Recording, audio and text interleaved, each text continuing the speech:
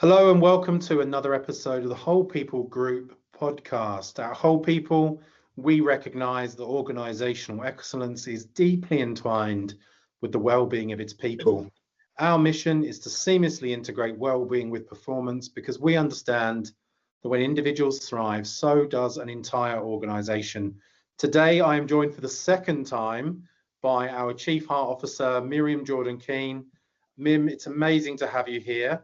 We are going to talk today, Mim, about menopause, and we're going to have a very focused 20 minutes on the menopause and on that passage. We have a menopause retreat coming up in a month's time, and I just thought maybe we could get together and talk about that. It's great to have you here. Of course, it's great to be here with you, Si, as always, and very, very happy to discuss this hugely important topic for every woman. Well, Mim, I was talking to you just before we press record about my lack of education in this. You know, I'm learning at the moment through just putting these products together, and it doesn't even strike me sometimes that women have been through the menopause or they're going through the menopause. I didn't know there was such a thing as perimenopause. Then there's the menopause. I'm learning stuff all the time. I thought maybe we would start with a little bit about your story and what you've been through in the workplace personally as well through that passage, you know, so that I can learn and also so other people can learn who are listening. Brilliant. Well, thank you for the chance and the opportunity to talk about this, because one of the things that is an absolute reality about menopause is that we don't talk about it enough. Right. For a long, long time, people didn't really even know anything about it. And you would go to frequently talk to a male GP or health practitioner. And it wasn't that they didn't want to help you. They just didn't really know what to do and what to say. And so I think the really important thing is for us to acknowledge up front that every woman who is lucky enough to live to be over the age of 40 is likely to have a menopause, will have a menopause. And what's really scary about menopause is that, and I think most women who I've spoken to have gone through perimenopause, as you mentioned, and then come through the whole of the menopause. The horrific thing is that deep in yourself, you start to feel like you're becoming no longer useful or worthy. And I think it's fair to say, and sometimes I have looked up a little bit because I have my own particular faith and said, God, do you really hate women that much? You couldn't possibly be one, because you suddenly wake up and start to realize that actually you're not really, as far as nature's concerned, not that much use anymore, because you suddenly can't reproduce. You are not going to be able to add to the planet, and therefore you're not really that useful. And so what menopause does then is very cruelly makes you start to feel pretty horrible about yourself, because everything goes dry. Your skin goes dry, your hair goes dry, other bits of you go dry, and it's not pleasant. Also, many women are lucky enough to have a relatively easy menopause, but I would say the majority of women who I've spoken to, it's not easy. It's really tough. You wake up suddenly, and it does feel quite suddenly, even if there has been a slow build up to it, and realize that you feel like half your brain is shut off in fog. You find stupid things. I apologize, there's dogs barking in the background. I'm sitting out in the garden. You find things that feel really, really frustrating and upsetting. You can't remember words that you knew only so well yesterday. And then you start, think about, you're coming to this from a place where now you're already feeling less attractive. You're the reason why,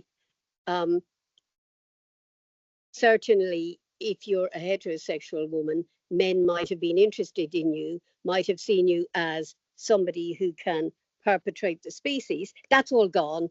All these things have sort of been taken away from you. And then your brain doesn't work.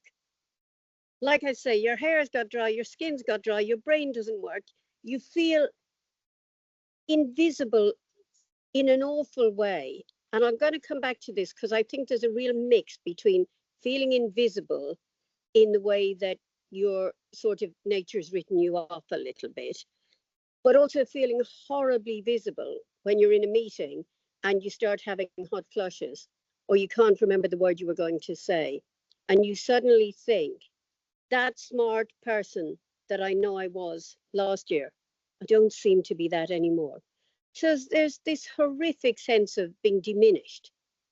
And it is the flip side, and often we forget about that, the flip side of what happened to us as teenagers. When women first went into puberty, when women first started to be part of having a menstrual cycle.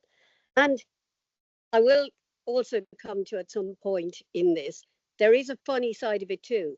And when we get women together, as we plan to do, we will be dialing up that humor bit too, because that's really important. It's really important to be able to realize that when you feel on your own and scared, and this thing is huge and overwhelming, there are other people who've been there who you can sit and have a laugh with. That's the thing, Mim, in the conversations I've had in the last month or two with women who are going through it in the workplace.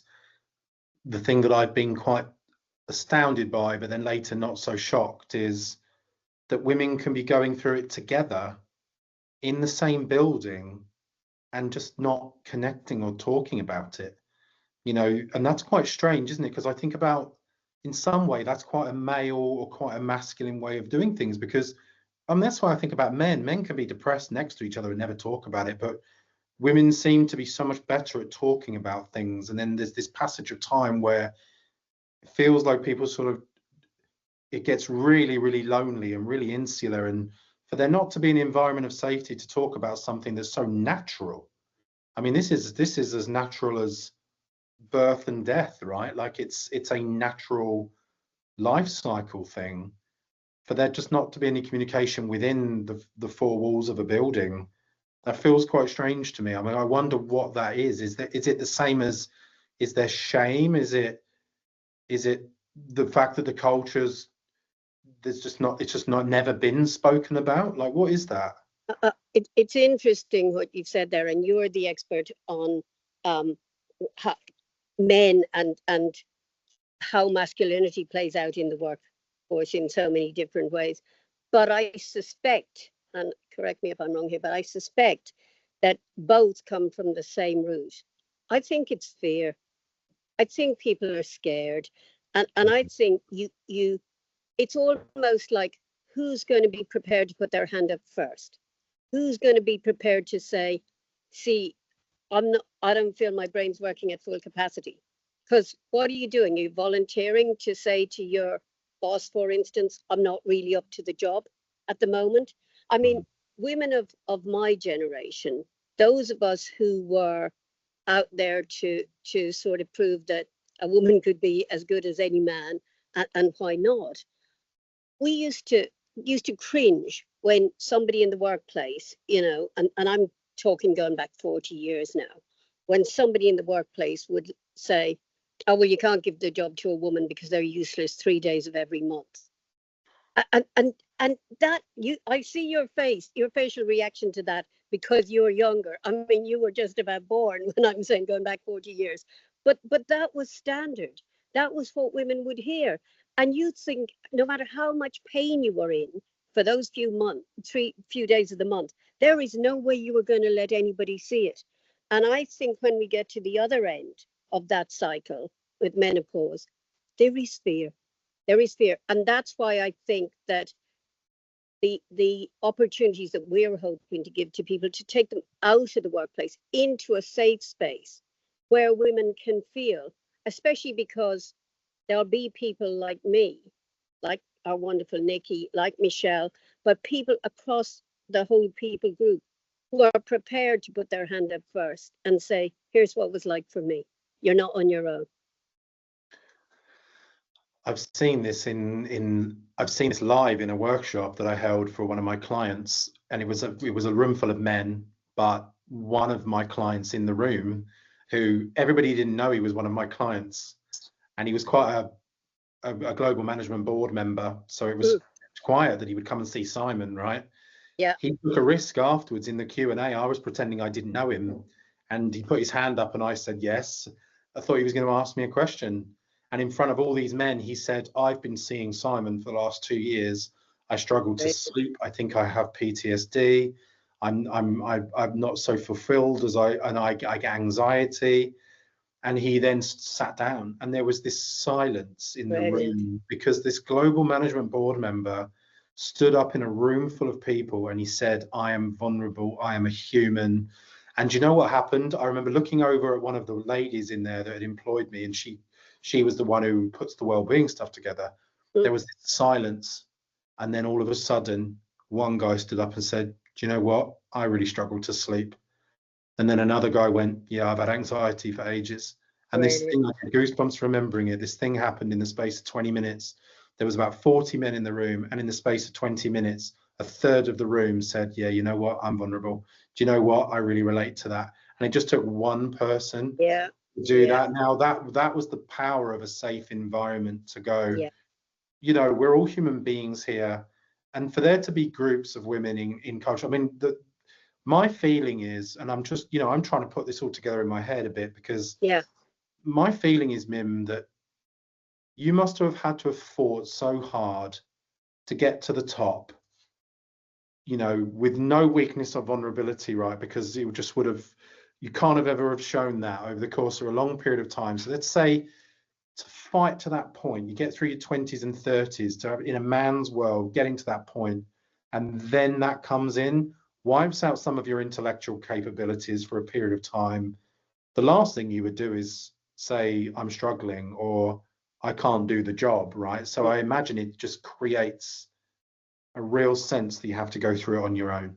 Yeah, and I think that's true. I think an awful lot of women with menopause, their way of dealing with it, which is not really a way of dealing with it at all, but was to internalize it, was to just take it into themselves, to not acknowledge, I'm feeling terrible.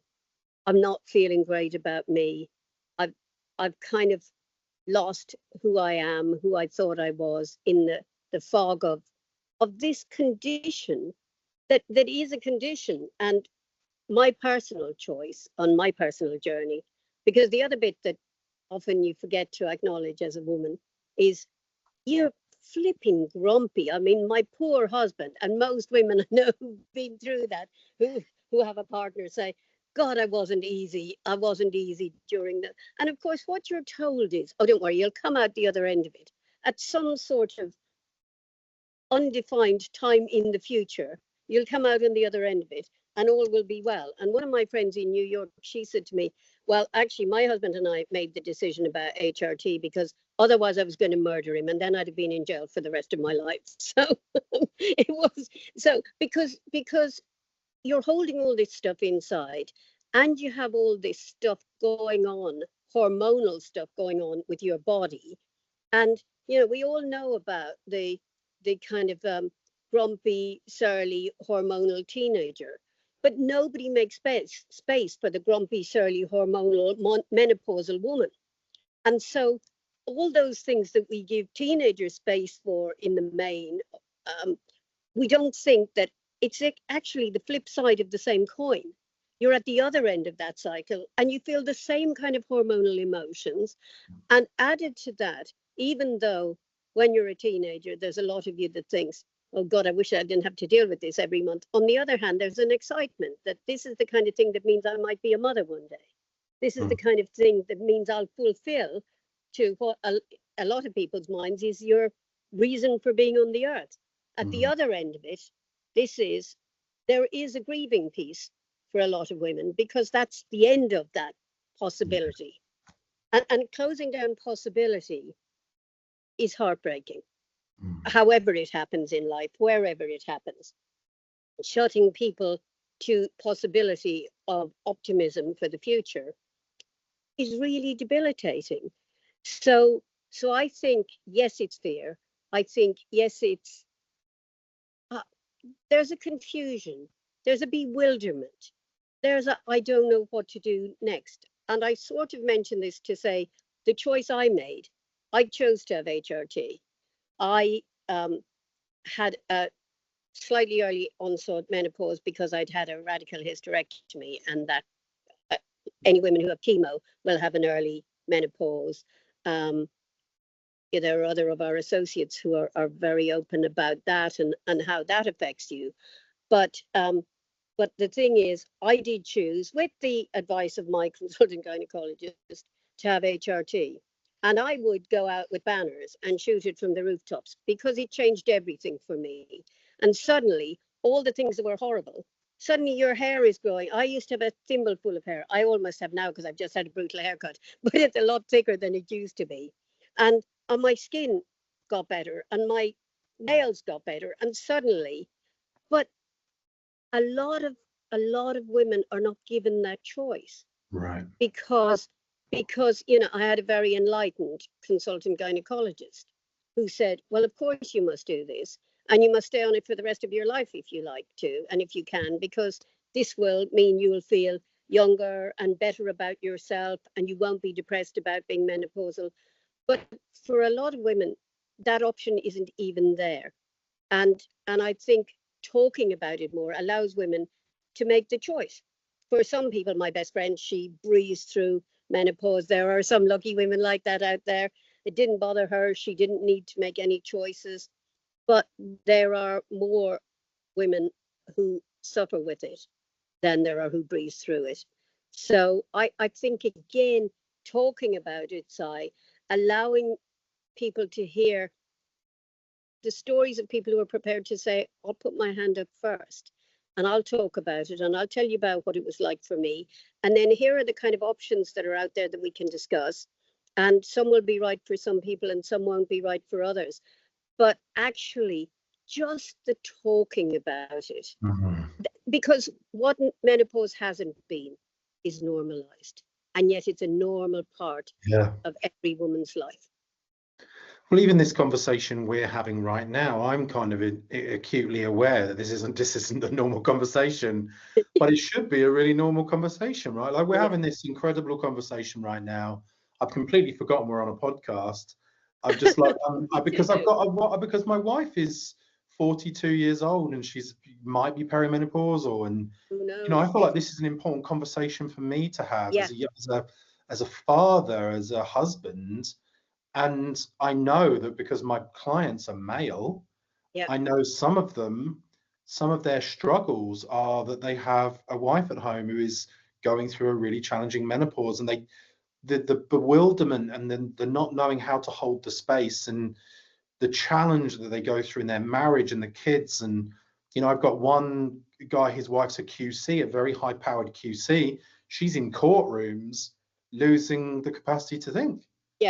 Right. And the whole thing, I mean, it's almost like I feel like I've lifted up the rug and gone, whoa, what is under here? Right. Like men should be trained about how to hold the space for their women when they go through that, and the HRT and all of it just feels like a really important conversation. And I know what happens when just people get together and have conversations about these things, regardless of gender, because this is not a women's issue. This is a cultural, and it's not even an issue. It's a cultural rite of passage that men and women go through. Yes. To bring Jess into this, we speak about the menstrual cycle with our kids. Yeah. Mummy's on her moon. We say it all the time. Like we're bringing that into our boys right now. 3.5 years old. They know that there's 3 or 4 days where it's just different in the house. Jess rests a lot, and it's just different. And we're raising our children like that. And I think, blimey, I didn't get that when I was growing up. I just, you know what I got? I wouldn't even repeat what I got in sports changing rooms about that period of time, right? Like the menstrual cycle, which I've learned the incredible power of the menstrual cycle. I was raised as a young man. You can only imagine the way that I was raised about that. The things that were said, it were just horrendous things that I woke up at 30 years old and had to like decondition myself out of that crap. It's an incredibly important conversation. Mim, I'd love to talk about.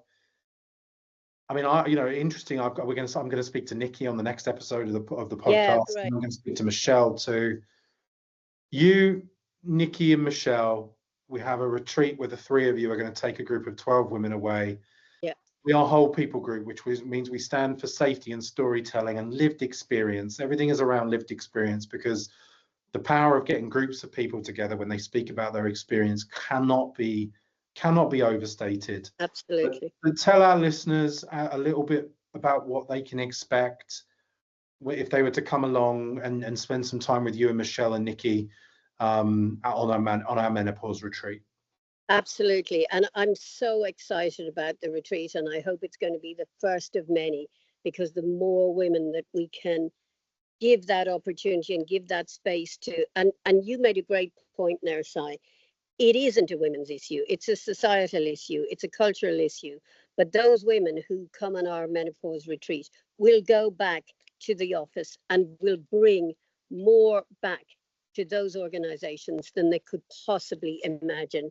And those men who are there in those organizations will understand and listen because of what the women have been able to open up to, I think. And so what to expect? Well, what to expect, first of all, is a safe space, is a space where whatever you want to say is just within the space of that four walls. If you want to speak, that will be available and open to you.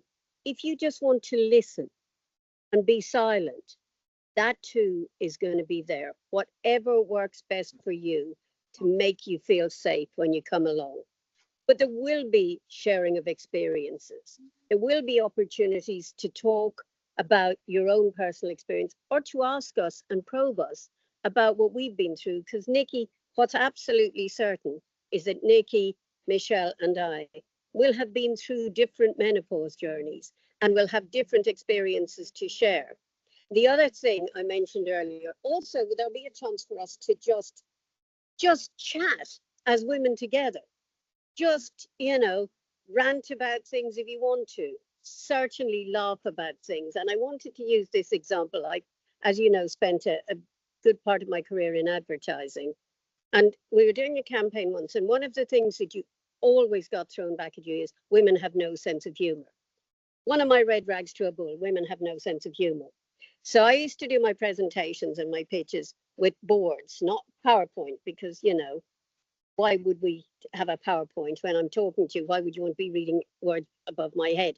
But when you had some boards to just dot around the room with some quotes or some images that would provoke a conversation, one was women's humor is different.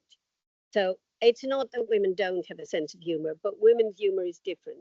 And a lot of the time, women's humor is about their bodies and about what their bodies are going through in life. So I don't know about you, Si, and you absolutely have lived a part of your life in the male dressing rooms of these international cricketers, etc. But I have not yet met a man who will tell me that I'm wrong when I say that I don't believe a man looks at another one in the changing room and says, do you think my bum looks big in this? But women do, because women are concerned about their bodies, and society has put a spotlight on women's bodies. And I had a wonderful client who said at the time, when I said, we laugh about our bodies, she said, and cry too, Min, and cry too. And I think there'll be space in our workshop for that, because we can never separate. It will happen in the future. It will happen, I believe it will have come such a long way when your lovely young boys are young men. But still in the world, it's very hard to separate what is a woman from the physicality of a woman and her body. And menopause is something massive that happens to your body as well as your brain. And so there will be space on the retreat for us to have a laugh about that, to share the embarrassing moments, the funny moments, the silly moments on the menopause journey that make it, to demystify it a bit and make it feel a bit less scary. Brilliant, Mim. Well, I'm not going to go as far as say I wish I was going through the menopause and come and join you on the retreat, but I certainly the feeling of what you're going to create with Nikki and Michelle under the banner of Whole People and what we're all about.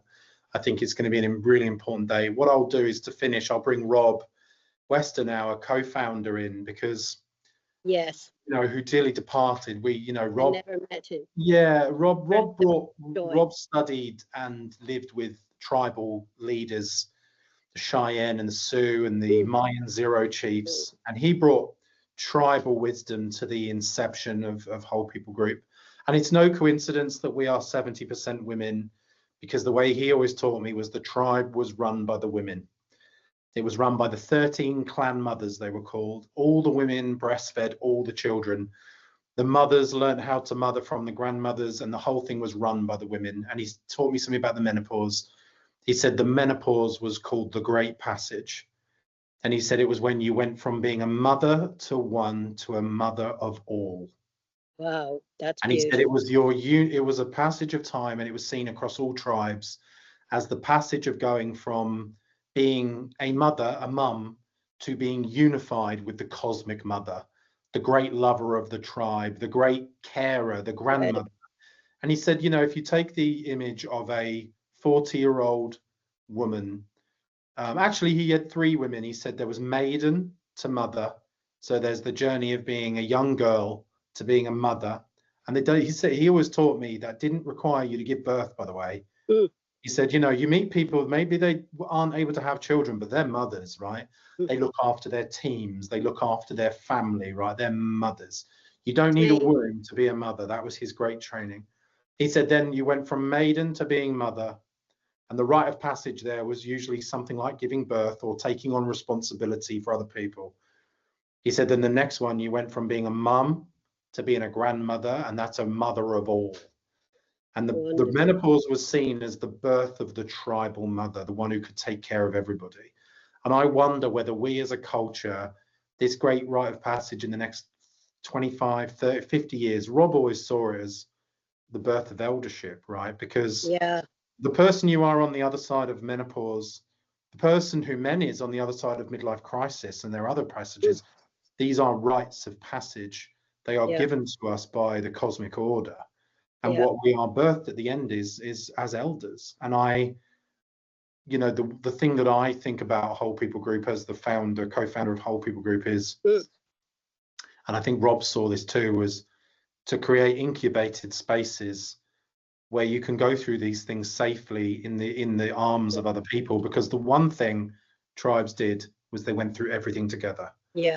Everything was gone through together. Birth, death, menopause, all of it. You never felt alone. It was the thing, tribes, you never felt alone. And the sense of loneliness and disconnection that we have in our culture is astounding. It's terrible. It is not right. It's not right. It's not how we were raised. It's not how our ancestors lived. And if we had one wish, it would be just to get people together to talk about these things properly.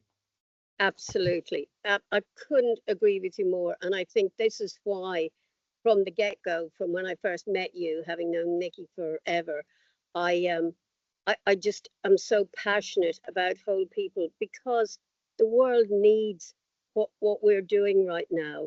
And all we are is facilitators, creating an opportunity for people to come together and not be scared, and just be able to talk and share. And I absolutely love that idea of the tribes and the elders and the mother to all.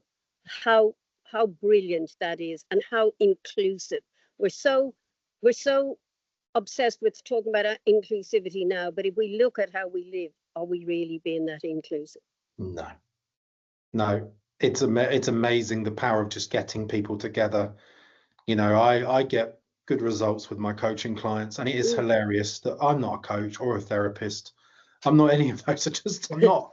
Just create a space where people can talk properly. I remember, and this is for men and women, my teacher said to me, men and women, but he said men at the time. He said, men do not need therapists, Simon. He said they need brothers, uncles, fathers, grandfathers, nature and God. And I would say that women do not need therapists. They need sisters, mothers, grandmothers, nature, and God. He said people don't need therapists. They need their family, right? The human family. I think it's a beautiful place for us to finish. We're going to talk a lot more about menopause. Except, and I just one more thing. Sorry, you know me, I can't stop yakking, as my sister would say. But because you said that about they need sisters, I think we know our retreats, particularly our menopause retreats, are successful when women go away feeling that they've spent a day with people who are sisters under the skin. That's right. I really do. And I know that's what you hope for and what Nikki and Michelle are passionately committed to making sure we deliver. I'm way more excited about this retreat, and I'm not even going after talking to you for 20 half an hour. Mim, thank you so much for joining us. You are our Chief Heart Officer. You're also our menopause, I don't know what to call you, our menopause elder. Yes, elder for sure. Thank you so much for joining me and talking about the menopause. Thank you, Si. It's been brilliant.